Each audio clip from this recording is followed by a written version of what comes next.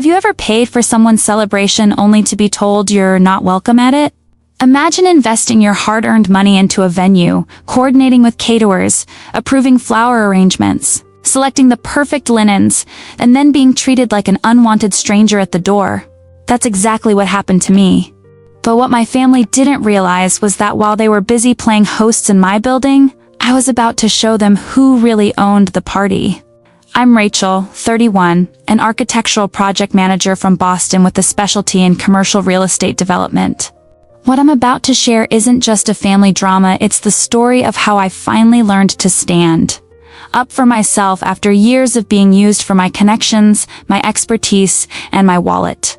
"The flowers look amazing," I said, admiring the elegant arrangements adorning the grand entrance of the Monarch, the newest event space in my company's portfolio of properties. White roses and blue hydrangeas cascaded from tall crystal vases, creating a stunning welcome for the guests who would soon arrive for my brother Daniel's wedding. The venue coordinator, Sophia, beamed with pride. "Thanks, Rachel. We followed your suggestions exactly. The lighting adjustments you recommended really make the flowers pop, don't they?" I nodded, taking in the space that had been transformed from a blank canvas into a romantic dream.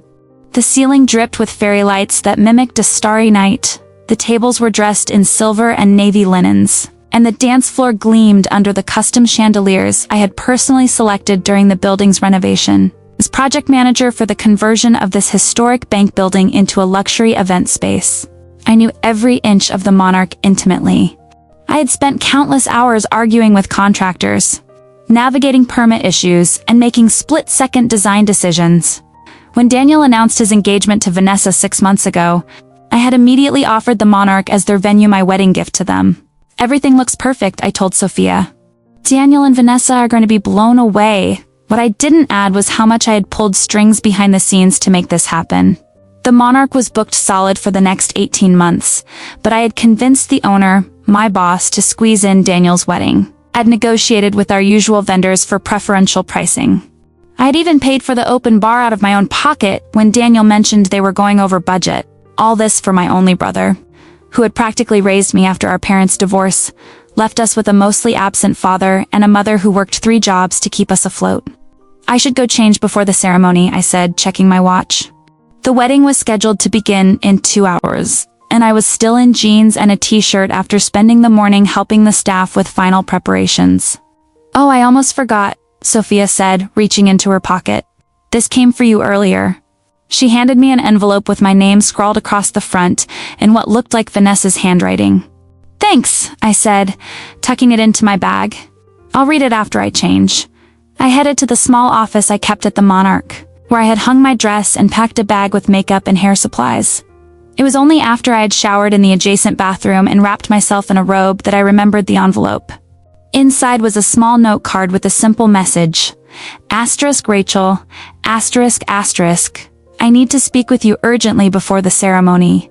Please meet me in the bridal suite at 3:30 Vanessa I frowned, checking the time. It was already 3:15. What could be so urgent? Was there a problem with the venue? A last-minute change she needed help with?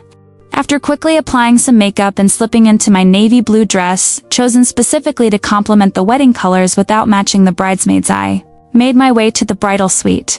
I knocked softly on the door. "Vanessa? It's Rachel." The door opened, but instead of Vanessa in her wedding gown, I found myself face to face with my brother. Daniel was already dressed in his tuxedo, his face unnaturally serious for a man about to get married. "Dan? What's going on? Where's Vanessa?" "She's with her bridesmaids in the other room," he said, stepping aside to let me in. "We need to talk." The bridal suite was a vision in white and silver, with Vanessa's gown hanging from a decorative hook on the wall. The room should have been buzzing with activity, bridesmaids touching up makeup, the mother of the bride fussing over details, photographers capturing emotional moments. Instead, it was just Daniel and me, the silence between us heavy with something I couldn't name. "Is everything okay?" I asked, suddenly anxious. "If there's a problem with the venue, I can fix it. That's why I've been here all day." Daniel ran a hand through his hair, a nervous gesture I recognized from childhood. "It's not the venue, Rach, it's dot. It's about the guest list." "The guest list?" I repeated, confused. "What about it?" Did someone important cancel? Or did extra people RSVP at the last minute? Because I can have the staff add a table if needed. No, it's nothing like that. He sighed deeply, not meeting my eyes. Look, there's no easy way to say this. Vanessa and I have been talking. Can we think it would be best if you didn't attend the ceremony or reception? The words didn't make sense at first. They were English. I understood each one individually, but strung together, they created a meaning my brain refused to process. What do you mean? I asked, my voice small. Not attend? But I'm your sister. I'm the one who secured this venue for you. I've been here all day making sure everything is perfect. I know, and we appreciate everything you've done. The venue is amazing. But ... single quotes, he trailed off, finally meeting my gaze. Vanessa's parents are very traditional. They're uncomfortable with ... well, with your lifestyle. My lifestyle? I stared at him in disbelief. What are you talking about? You know, he said, gesturing vaguely. The whole independent career woman thing. Living alone in your 30s. They come from a community where women are married young, focused on family. They think you're a bad influence on Vanessa's younger sisters. The absurdity of it hit me like a slap. Are you serious right now? You're banning me from your wedding because I'm a single, successful professional woman? In 2025?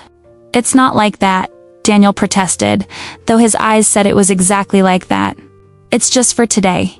Just to keep the peace with her family. They're paying for a lot of the wedding, and I'm paying for this venue. I cut him off, my voice rising. I pulled every string I have to get you in here on short notice. I've spent thousands of my own money to make this perfect for you, and I'm grateful, really, he said quickly. Everyone is. But Vanessa's really stressed about making her parents happy, and this is important to her. I took a step back, trying to process what was happening. So what exactly are you asking me to do? Just ... leave? Disappear from my own brother's wedding? A wedding taking place in a building I literally helped create? Daniel had the decency to look ashamed. Just for the ceremony and reception. Maybe you could go back to your place and we can meet for brunch tomorrow? I'll explain everything to you then.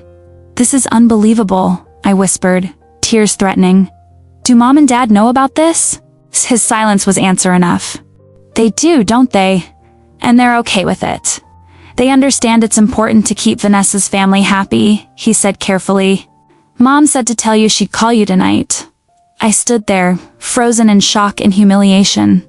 My entire family had discussed excluding me from this wedding. A wedding I was largely responsible for making possible and had collectively decided it was acceptable.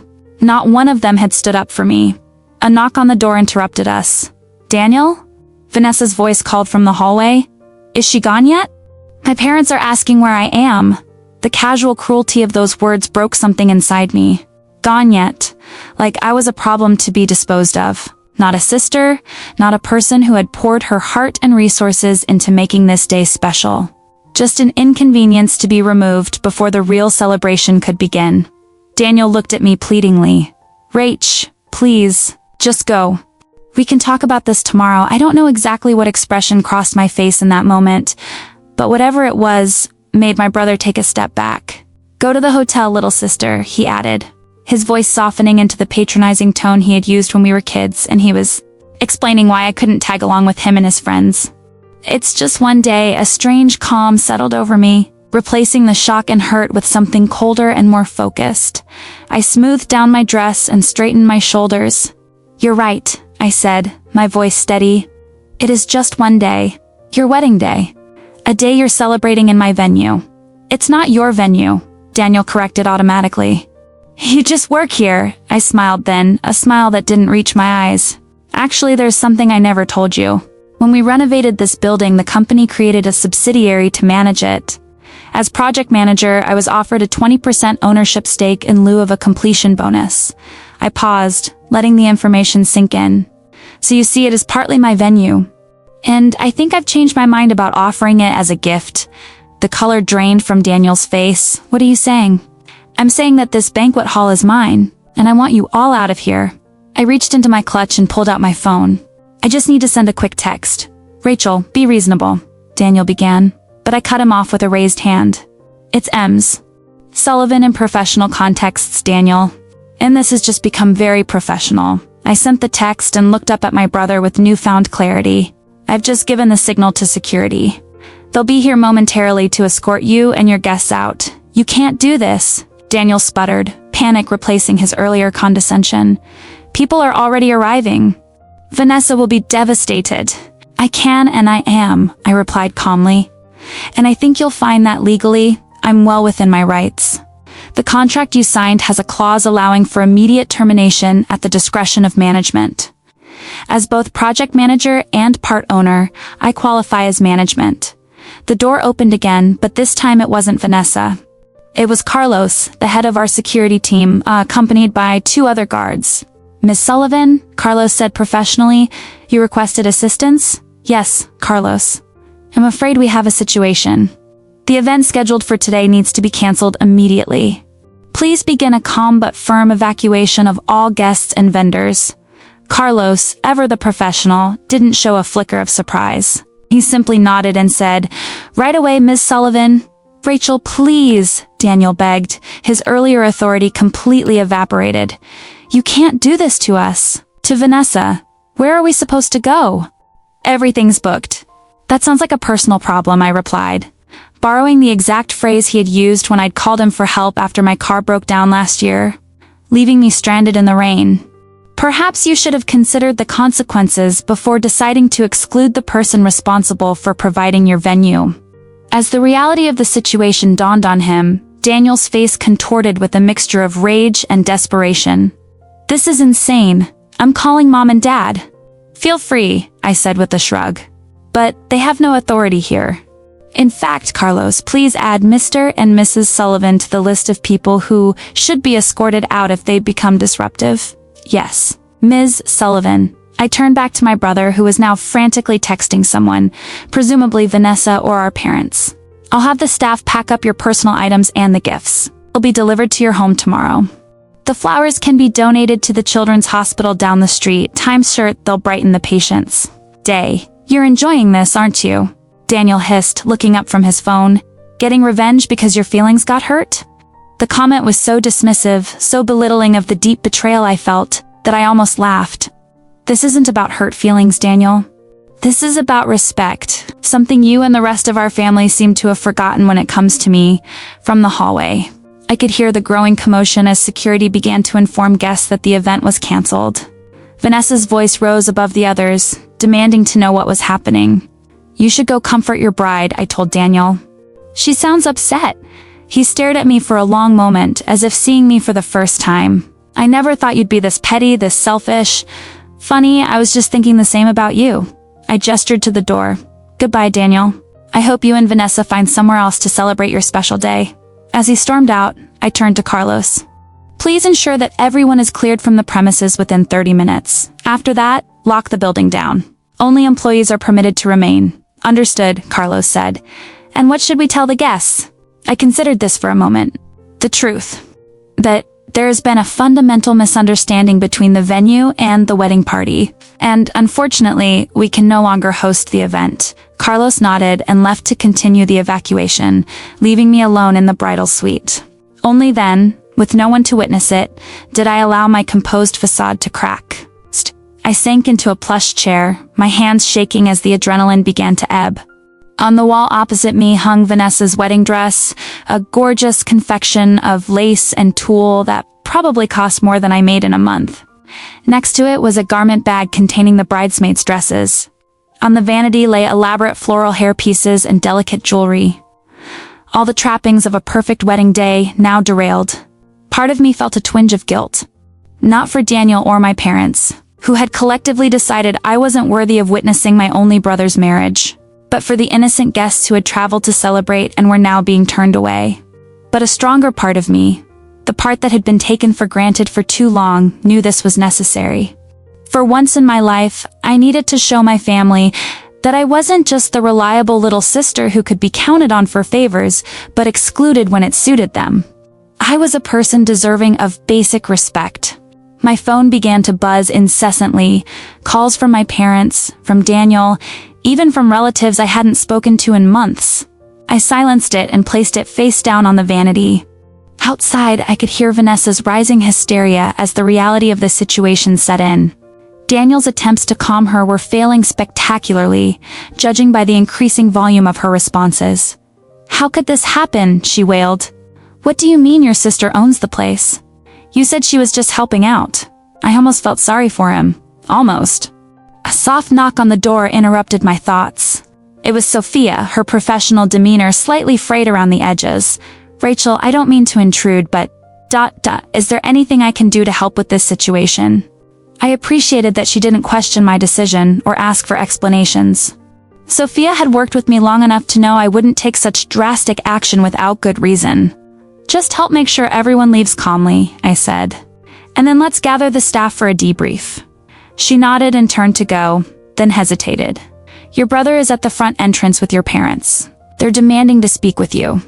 Security is keeping them there for now, but... I'll handle it," I said, rising from the chair. It's time I addressed the entire family anyway. I followed Sophia through the now empty corridors of the Monarch. The space that had been buzzing with pre-wedding excitement just an hour ago was eerily quiet, the elaborate decorations looking almost mournful in the afternoon light.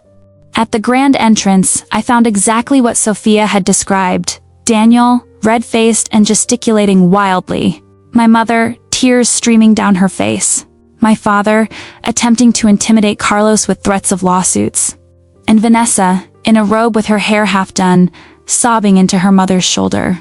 Around them stood a cluster of wedding guests in formal attire, looking confused and uncomfortable. "Rachel," my mother cried when she spotted me. "What are you doing? Have you lost your mind?" I approached calmly, stopping a few feet away from them. Security guards flanked me on either side, their presence a silent reminder that I was in control here. "I haven't lost my mind, Mom. I've simply decided that I won't be used and discarded by my own family anymore." "Used?" my father scoffed. "We've never used you, really?" I raised an eyebrow. "So the free legal advice I provide whenever you have a contract dispute? The tax returns I prepare for you every year? The constant tech support I offer whenever your computers have issues? The connections I leverage to get Daniel clients for his struggling business? None of that counts as using me?" My father had the grace to look slightly abashed but quickly recovered. "That's what family does. We help each other. Except today," I said quietly. "Today, I wasn't family enough to attend my only brother's wedding. A wedding taking place in a building I helped create, at a venue I secured as a gift." "It's not personal, Rachel," Vanessa's father interjected, stepping forward. "It's about our values and, with all due respect, sir, I wasn't speaking to you," I cut him off. "This is between me and my family. Your values that apparently categorize a successful, independent woman as a threat are your own problem." He bristled at my tone, but I turned away from him to focus on Daniel. "You had a choice today, Dan. You could have stood up for me. Your sister who has supported you through every failure and celebrated every success. Instead, you chose to cast me aside to please your in-laws. It was just for the ceremony," he muttered, not meeting my eyes. "You're making this bigger than it is." "Am I? 'Cause from where I'm standing, being told I'm unwelcome at a celebration I helped create feels pretty significant." I gestured around at the building. "You all seem to have forgotten that while I'm happy to help, my help comes from love and choice, not obligation. When you decided I wasn't worthy of basic respect, you lost the privilege of my assistance." My mother stepped forward, her expression softening into the manipulative concern she had perfected over years of navigating family conflicts. "Honey, we can talk about this. But please, don't ruin Daniel's special day over a misunderstanding." "It's not a misunderstanding when Daniel explicitly told me I wasn't welcome because Vanessa's parents find my lifestyle objectionable." I looked around at the gathered crowd, noting the uncomfortable expressions of the guests who were witnessing this family drama. "I think we've given everyone enough of a show. Carlos, please continue with the evacuation." "Wait," Daniel said desperately. "There must be something we can do. We can't just cancel everything. Where will we go? What about all the guests who traveled here?" For a brief moment, I considered relenting. The pain and panic in my brother's eyes tugged at the part of me that had always put his needs above my own. But then I remembered the casual way he had dismissed me. "Go to the hotel, little sister," and my resolve hardened. "You should have thought of that before deciding I wasn't family enough to attend," I said. "I'm sure you'll figure something out. You're resourceful when you need to be." As security began to firmly usher everyone toward the exits, I turned and walked back into the building, my head high despite the tears threatening to fall. Behind me I could hear my mother calling my name, my father's angry protests, Vanessa's renewed sobs. But for the first time in my life, I didn't turn around.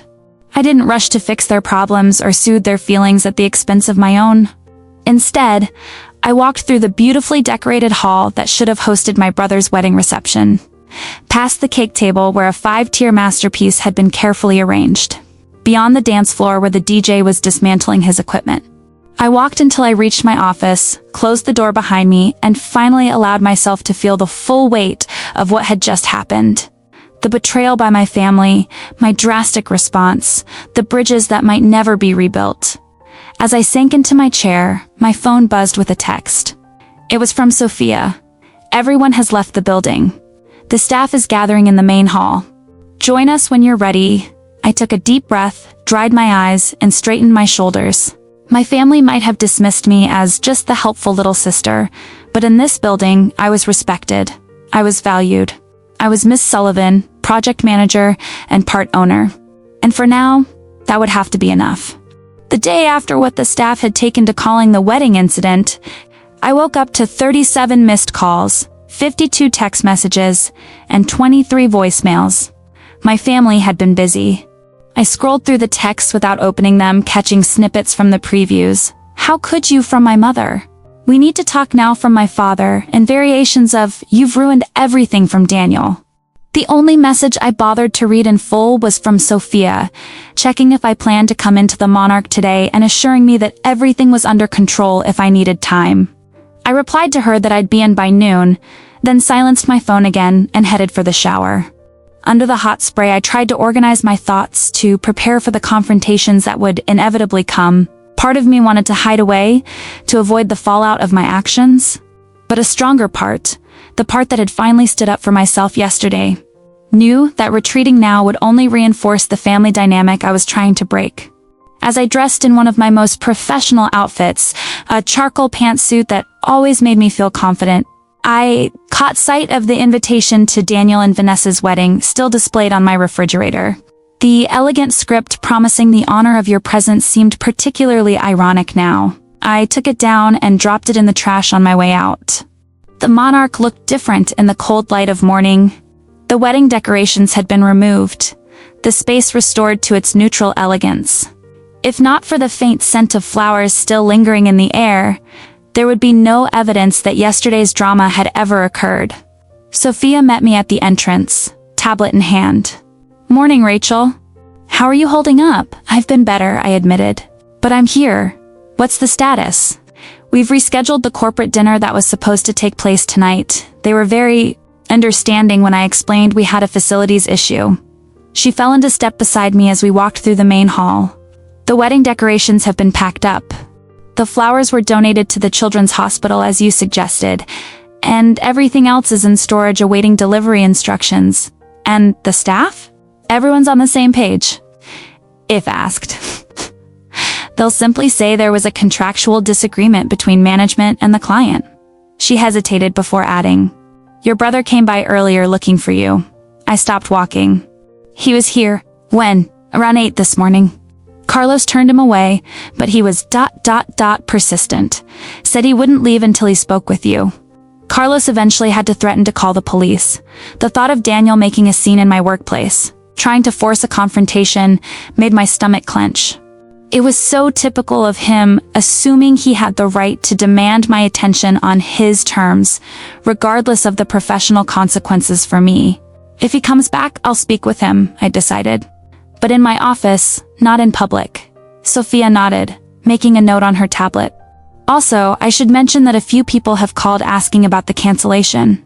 Apparently, some of the wedding guests have been posting about it online, nothing specific. Just vague comments about family drama causing a last-minute venue change. Great. Just what I needed. Strangers on the internet dissecting my family conflict. Has it affected our reputation at all? Not that I can tell. Most people seem to be sympathizing with the couple without knowing the details. It doesn't reflect on the Monarch directly. Good. I rubbed my temples, feeling a headache beginning to form. What's on the agenda for today? Just some routine maintenance and a meeting with the new catering vendor at 2. She studied me with concern. We can reschedule if you're not up for it. No, I'll be there. The work doesn't stop just because my family is in crisis. I managed a small smile. Thanks for handling everything, Sophia. I appreciate it. Of course. She handed me a coffee cup she'd been holding. Latte, extra shot. I figured you might need it. The simple gesture of kindness almost broke my carefully maintained composure. Thanks, I said, my voice slightly rough. As Sophia left to attend to her duties, I retreated to my office, half expecting to find Daniel waiting there. Instead, the room was empty and peaceful, sunlight streaming through the large windows that overlooked the city. I sank into my chair and finally allowed myself to check my messages properly. Scrolling through the texts and listening to the voicemails was like watching the 5 stages of grief play out in real time. My family had cycled from shock to anger to bargaining, with the occasional detour into guilt-tripping and manipulation. My mother's messages were particularly difficult to listen to, her voice breaking as she begged me to stop this madness and think about your brother's happiness. My father's were more threatening, talking about potential lawsuits and how I was destroying the family. Daniel's messages evolved throughout the day, starting with rage, moving to disbelief, and eventually settling into a desperate plea. Rach, please. We found a hotel ballroom, but it's nothing like the Monarch. Vanessa's devastated. Whatever you want, whatever it takes to fix this. Just name it. The message that finally compelled me to respond came from an unexpected source. My grandmother.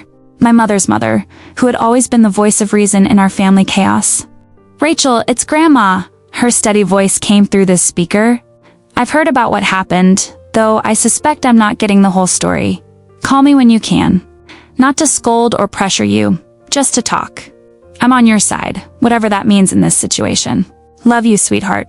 I dialed her number immediately, realizing how much I needed to hear a supportive voice.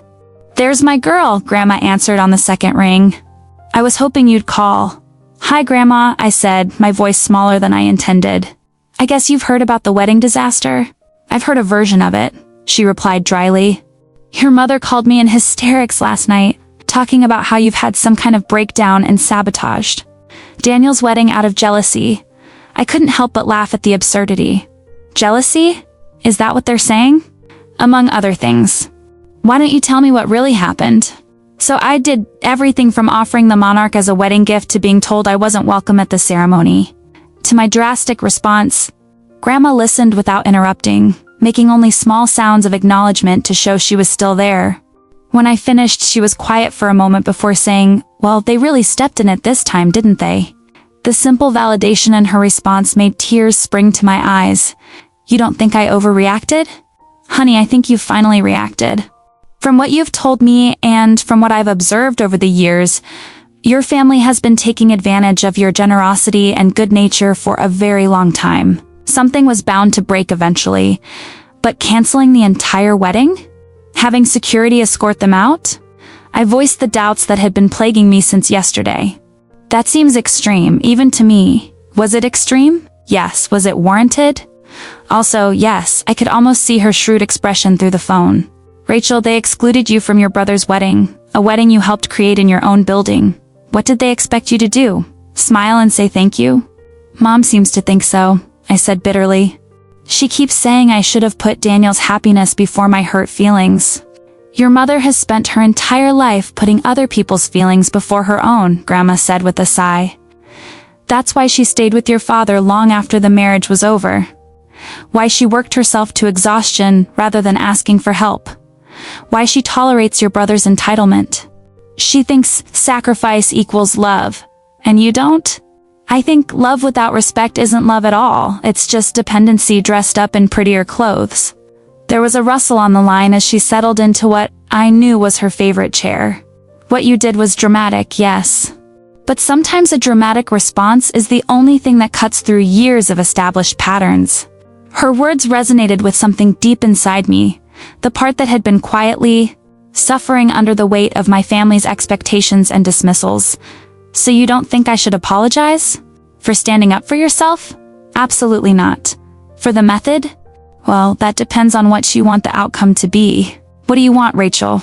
Beyond the immediate situation, what are you hoping will come from this? The question caught me off guard. In the heat of the moment, I hadn't thought beyond making my family understand they couldn't treat me like a resource rather than a person. But now, faced with Grandma's practical inquiry, I had to consider the longer-term implications. I want them to respect me, I said slowly. It's not just value what I can do for them, but respect me as a person with feelings and boundaries. I want to be part of the family without being used by the family. Then that's what you need to communicate clearly, directly, without the drama of the moment clouding the message. She paused. That doesn't mean you need to back down or pretend what they did wasn't hurtful. It just means shifting the conversation from the wedding itself to the underlying issue. And if they won't listen, then you'll have a difficult decision to make about what role they play in your life going forward. Her voice softened. But cross that bridge when you come to it. For now, focus on saying your piece with clarity and dignity. After talking with Grandma, I felt steadier, more resolved. I still wasn't ready to face my family, but at least I had a clearer sense of what I wanted to communicate when I did. I spent the rest of the morning catching up on work emails and reviewing plans for upcoming events at the Monarch. The familiar tasks helped ground me, reminding me that my identity extended far beyond Daniel's helpful little sister. At noon, Sophia knocked on my door. Rachel, your brother is here again. He's alone this time, and he's promised to remain calm. Should I tell Carlos to send him away? I took a deep breath. No, I'll see him. Send him in, please. A minute later, Daniel appeared in my doorway. He looked terrible, unshaven, dark circles under his eyes, his usually immaculate appearance rumpled as if he'd slept in his clothes. Under different circumstances, I might have felt sorry for him. Rachel, he said, his voice hoarse. Thank you for seeing me. I gestured to the chair across from my desk. Have a seat. He sat down heavily, running a hand through his disheveled hair. I don't even know where to begin. An apology might be a good start, I suggested coolly. An apology? He looked genuinely confused. Rachel, you canceled my wedding. You had security guards throw my fiancé and our families out of the venue. If anyone should be apologizing, it's you, and just like that, any sympathy I might have felt evaporated. I see. So you still don't understand what you did wrong. What I did wrong was trust you with something as important as my wedding venue, he snapped, his facade of contrition falling away. Do you have any idea what you've done? We had to scramble to find a replacement venue. Half our guests couldn't make it to the new location in time. Vanessa was crying all night. Her parents are talking about flying back home without even seeing us get married. That sounds really difficult, I said, my voice deliberately neutral. Almost as difficult as being told by your only brother that you're not welcome at his wedding. A wedding taking place in a building you helped create. At a venue you secured as a gift. He had the grace to look slightly abashed, but quickly rallied. It wasn't personal, Rachel. It was just about keeping Vanessa's parents happy. They're very traditional, and... Stop! I held up a hand. I'm not interested in hearing about Vanessa's traditional parents and their discomfort with my independent lifestyle. What I'm interested in is why you, my brother, thought it was acceptable to exclude me to please them. It wasn't just about pleasing them. It was about making Vanessa's day perfect. And my feelings didn't factor into that equation at all? Of course they did. That's why I came to talk to you before the ceremony to explain the situation. I thought you would understand that you'd want Vanessa to have the perfect day. I stared at him, incredulous. You really thought I would just smile and accept being uninvited from my own brother's wedding? That I'd prioritize Vanessa's perfect day over being treated like a pariah by my own family? I thought you'd be mature about it, he said, a note of condescension entering his voice. I thought you'd put the family first, like you always do. That's exactly the problem, Daniel. I always put the family first. I use my connections to help Dad with legal issues. I spend hours helping Mom with her finances.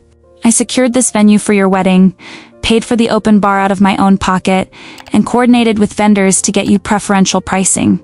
And how does the family repay me?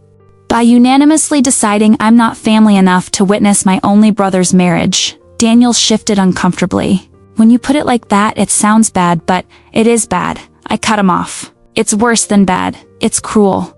And the fact that you still don't see that tells me everything I need to know about how you view our relationship. He leaned forward, his expression earnest. Rachel, I love you. You're my sister. But sometimes in adult life we have to make compromises. This was one of those times. And why am I always the one expected to compromise? To understand? To put my feelings aside for the greater good? Because you're stronger than the rest of us? He exclaimed as if this explained everything. You've always been the capable one, the one who can handle anything. Mom and Dad lean on you because they know you can take it. I ask for your help because you never say no. His words struck a nerve, highlighting the role I'd allowed myself to be cast in the eternally capable, endlessly accommodating little sister. Well, I'm saying no now. To what? The wedding already happened. We got married at the hotel last night. Without half our guests, without the beautiful venue you ruined out of spite. His voice hardened. What exactly are you saying no to now? I'm saying no to being used by my family while being treated as less than family. I'm saying no to one-sided relationships where I give everything and receive nothing but demands for more. I met his gaze steadily. I'm saying no to you, Daniel. He recoiled as if I'd slapped him. What is that supposed to mean? It means I'm done being your personal assistant, financial advisor, and connection to opportunities you haven't earned. If you want a sister who will stand by your side through life's challenges, I'm here. But if you want a doormat who will sacrifice her dignity to make your life easier, look elsewhere. For a long moment, Daniel simply stared at me, as if seeing me for the first time. Then his expression hardened. So that's it? You're cutting off your own brother because your feelings got hurt. I'm setting boundaries with someone who has repeatedly demonstrated that he doesn't respect me. I corrected him. There's a difference. He stood up abruptly. You know what? Mom was right. You have changed. The Rachel I grew up with would never have been this selfish, this vindictive. The Rachel you grew up with was a people pleaser who let her family walk all over her, I replied calmly. She's finally learned her worth. Good luck with that, he scoffed. When you're ready to rejoin the real world, where family members actually support each other instead of throwing tantrums when they don't get their way, let me know. As he turned to leave, I called after him. Daniel. He paused at the door, not turning around. Congratulations on your marriage. I hope you and Vanessa will be very happy together. He stood still for a moment, shoulders tense, then walked out without another word. I sat at my desk long after he left, turning over our conversation in my mind. I had hoped for some acknowledgement, some understanding of how deeply his actions had hurt me. Instead, I got defensiveness, guilt-tripping, and ultimately, dismissal. It was a pattern I recognized from a lifetime of family interactions. Any attempt to assert myself or express hurt feelings was met with accusations of selfishness or overreaction. The family narrative always positioned me as the problem, never the behavior that had prompted my response. For the first time, I saw this dynamic with crystal clarity, undistorted by the fog of familial obligation that had clouded my vision for so long. And with that clarity came a sense of freedom. I couldn't control how my family responded to my boundaries, but I could control whether I allowed their reaction to make me question my worth. The rest of the day passed in a blur of meetings and administrative tasks. I threw myself into work, grateful for the distraction it provided from my personal turmoil. By the time I left the Monarch that evening, I felt exhausted, but oddly peaceful, as if a weight I'd been carrying for years had finally been set down. That peace lasted until I arrived home and found my parents sitting on the steps of my apartment building. My heart sank at the sight of them, my mother with her worried expression, my father with his stern disapproval. I briefly considered turning around and finding somewhere else to spend the night, but dismissed the thought as quickly as it came. I was done running from confrontations. Mom, Dad, I said as I approached them. This is a surprise. My mother stood immediately, moving toward me with her arms outstretched. Rachel, honey, thank goodness. We've been so worried about you. I sidestepped her attempted embrace, maintaining a safe distance. I'm fine. What are you doing here? What do you think we're doing here? My father demanded, rising to his feet. Our daughter has some kind of public meltdown, ruins her brother's wedding, and then refuses to answer our calls. Did you really think we wouldn't come check on you? I didn't have a meltdown, I replied evenly. I made a business decision about who could use my venue. Your venue? He scoffed. You work there, Rachel. You don't own the place. Actually, I do own part of it. 20% to be exact. Which gives me full authority to terminate contracts at my discretion. My parents exchanged a look of surprise. It was clear Daniel hadn't shared this detail with them. Can we please talk inside? My mother pleaded. It's cold out here, and this isn't a conversation for the street. I considered refusing. But the thought of arguing on my front steps, potentially in view of my neighbors, was unappealing. Fine. But I have an early meeting tomorrow, so I don't have all night. I led them up to my apartment, a modern one-bedroom with large windows and minimalist decor that I had painstakingly renovated over the past 2 years.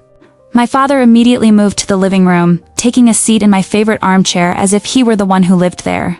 My mother hovered uncertainly in the entryway, her eyes darting around as if searching for signs of the mental breakdown they seemed convinced I was having.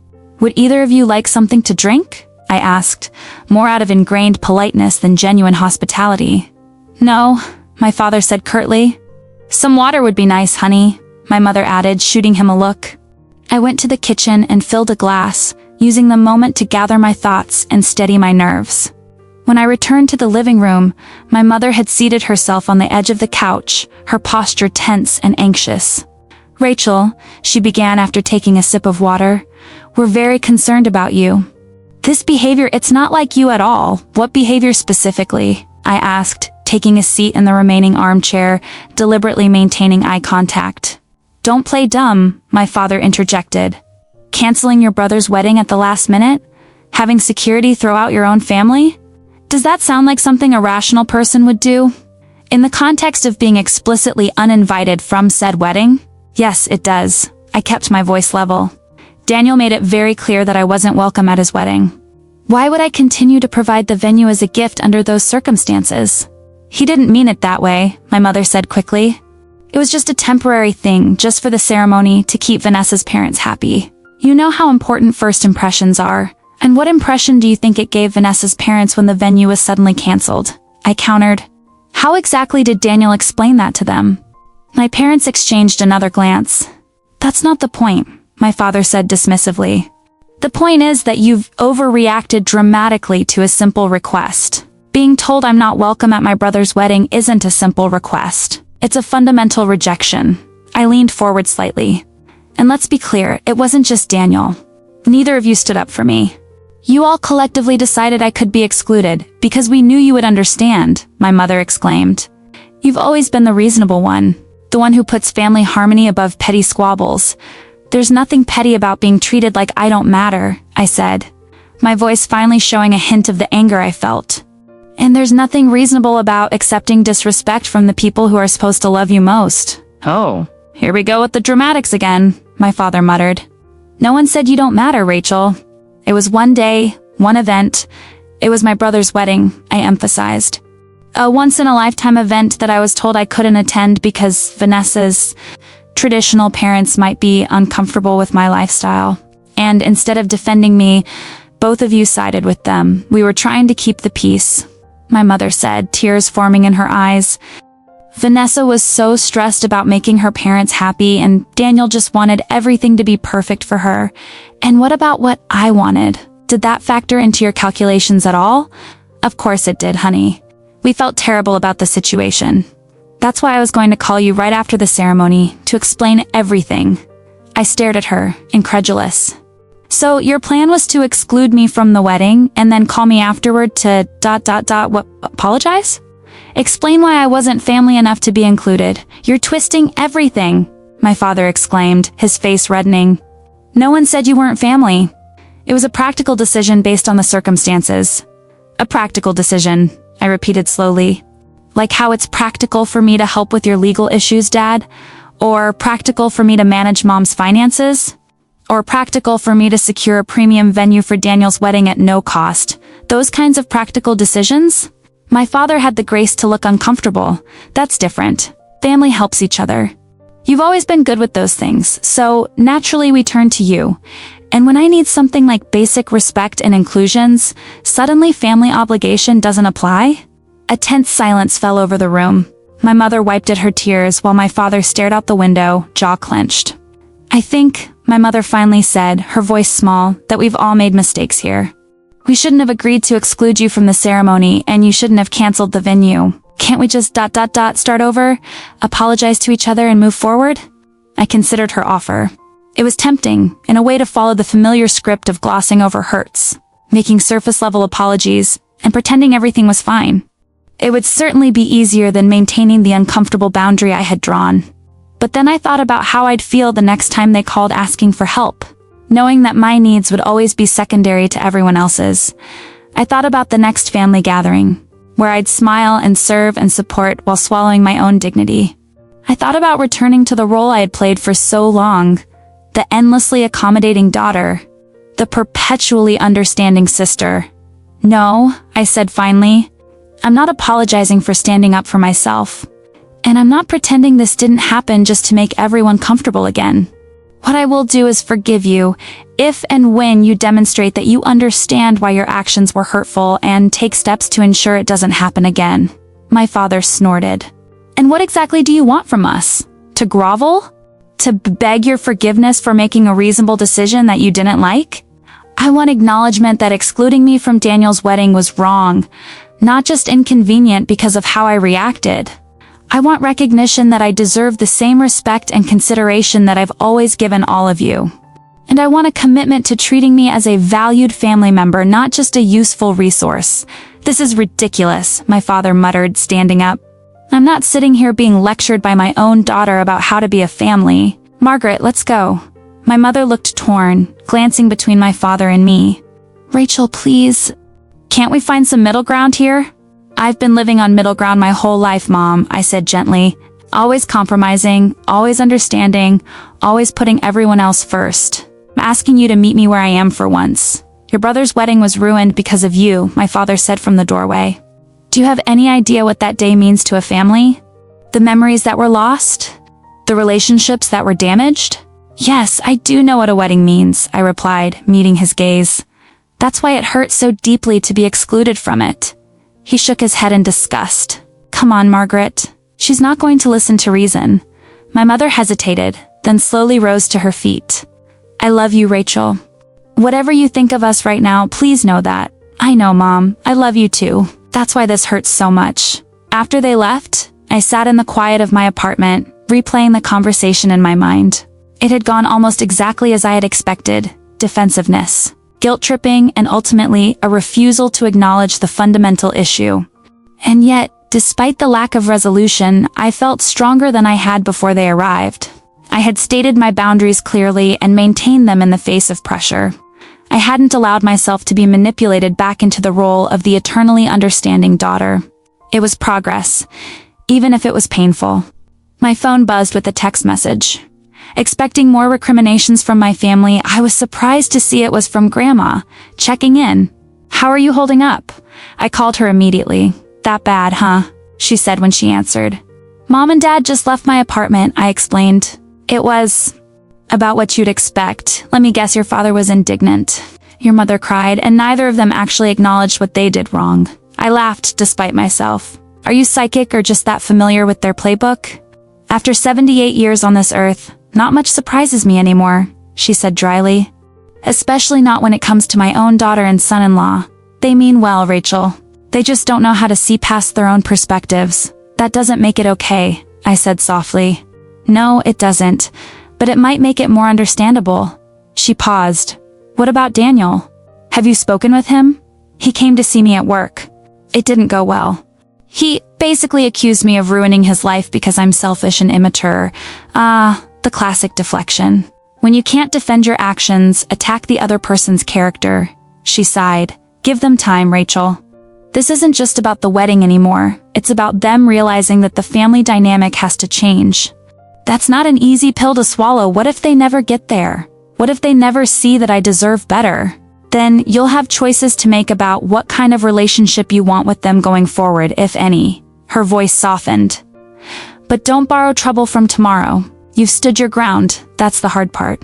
Now give the seeds you've planted time to grow.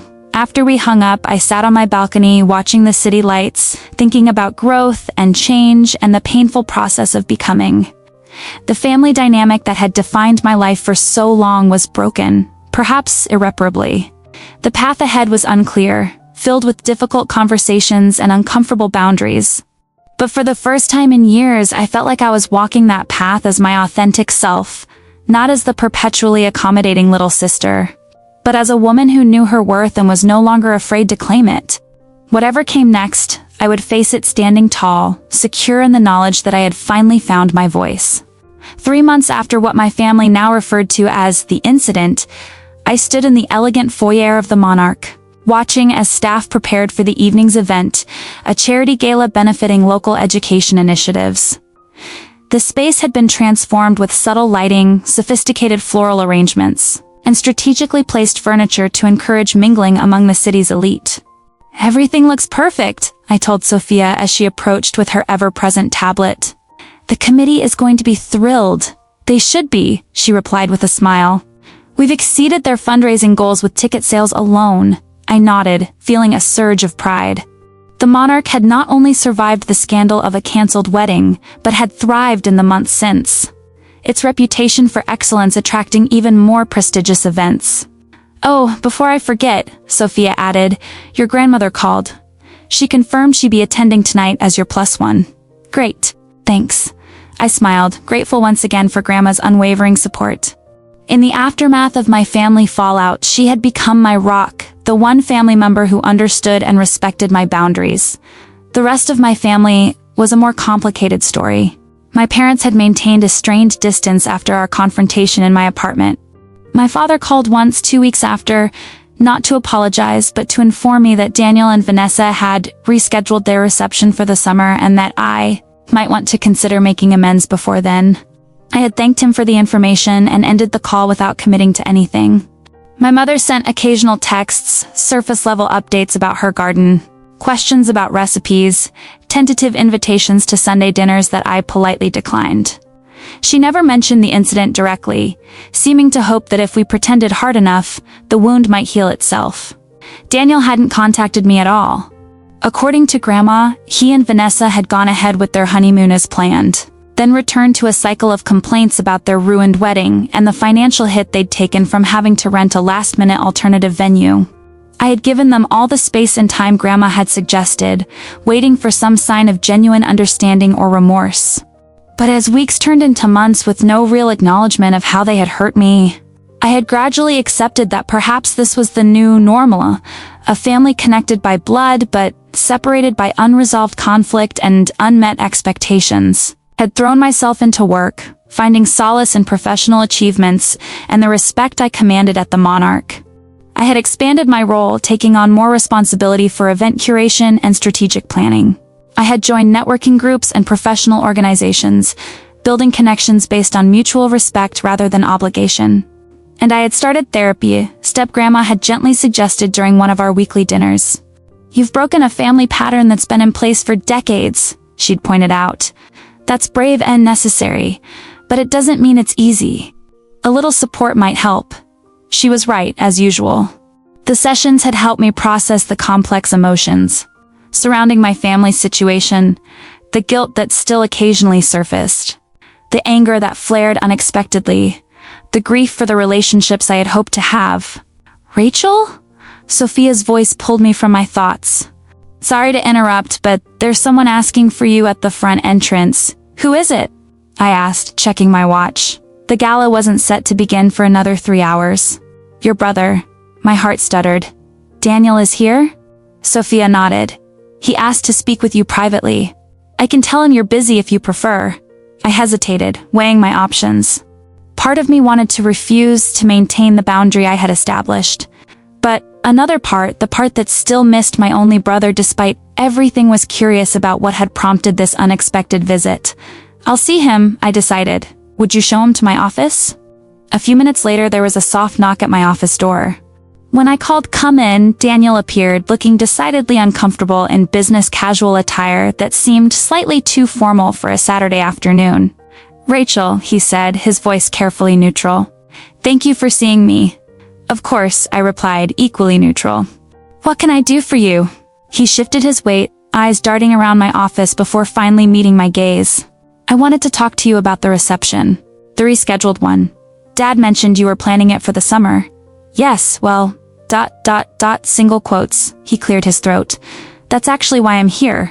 We've been looking at venues and nothing compares to the Monarch. Vanessa is still in love with this place despite everything." I waited, sensing there was more. "I'm not here to ask you for a free venue," he clarified quickly. We're prepared to pay the full rate. No special treatment. I just ... I wanted to make sure you wouldn't, cancel on us again if we booked it. The irony of his concern was not lost on me. Are you planning to uninvite me from this reception too? He flinched slightly. No, that's the other thing I wanted to tell you. You're invited, of course. We want you there. Even Vanessa's traditional parents? I couldn't help the edge that crept into my voice. Daniel sighed, running a hand through his hair, that familiar nervous gesture that suddenly reminded me of the boy who had taught me to ride a bike, who had defended me from playground bullies, who had held my hand at our grandfather's funeral. Look, Rachel, I'm trying here. I know I hurt you. I know we all did. It was wrong to exclude you from the wedding, especially after everything you did to help us. He met my eyes directly for the first time. I'm sorry. Truly. The apology, simple and direct, caught me off guard. I had imagined this moment many times over the past months, but now that it was happening, I found myself uncertain how to respond. What changed? I finally asked. Why now, after 3 months of silence? He hesitated, then said, honestly? Therapy. It was the last answer I had expected. You're in therapy? Couples counseling, actually. Vanessa and I. We've been struggling since the wedding. The stress of everything that happened, starting our marriage on such a negative note, it took a toll. He shook his head slightly. A therapist helped me see that, while I was so focused on making Vanessa's family happy, I completely disregarded yours. That my behavior was part of a pattern of taking you for granted. I absorbed his words, searching his face for signs of the defensiveness that had characterized our last interaction. I found none, just regret and a tentative hope. I appreciate the apology, I said carefully. It means a lot to hear you acknowledge what happened. So, about the reception. Would it be possible to book the Monarch? And would you come? I considered the question, weighing my lingering hurt against the sincere attempt at amends. Yes to both, on one condition. Name it, he said immediately. I want an honest conversation with you, Mom, Dad, and Vanessa about how we move forward as a family with healthier boundaries and greater mutual respect.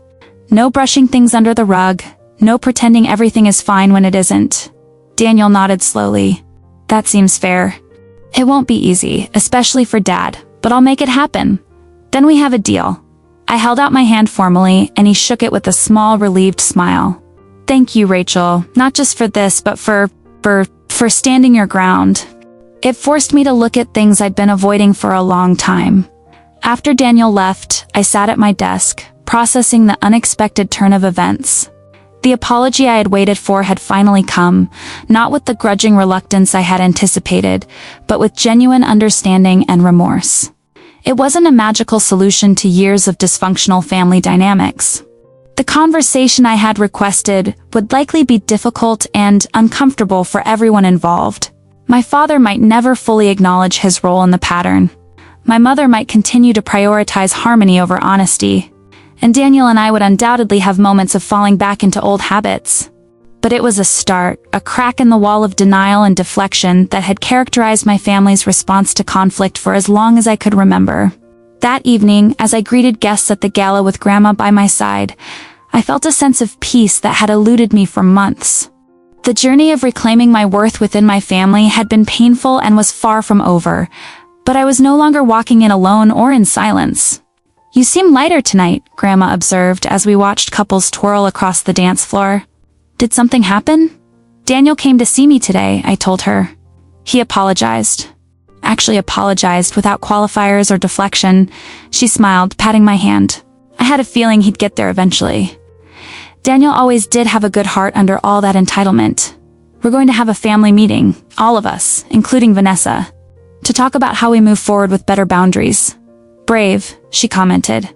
Necessary but brave. I looked around the Monarch, this space I had helped create, that had become both the catalyst for my family crisis and the symbol of my professional worth.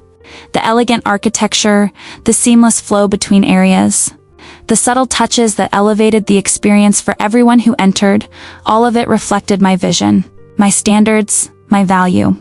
You know, I said to Grandma, when Daniel uninvited me from his wedding, it felt like the ultimate rejection. But looking back, it might have been the greatest gift anyone's ever given me. She raised an eyebrow. How do you figure that? It forced me to see what I'd been enabling for years, made me finally stand up for myself, to demand the respect I deserve. Without that breaking point, I might have continued in the same pattern indefinitely. Grandma squeezed my hand. The best lessons often come wrapped in the ugliest packaging. As we watched the celebration unfold around us, I reflected on how far I had come in 3 short months. From the woman who had been willing to sacrifice her dignity to keep the peace, to someone who knew her worth and wasn't afraid to claim it.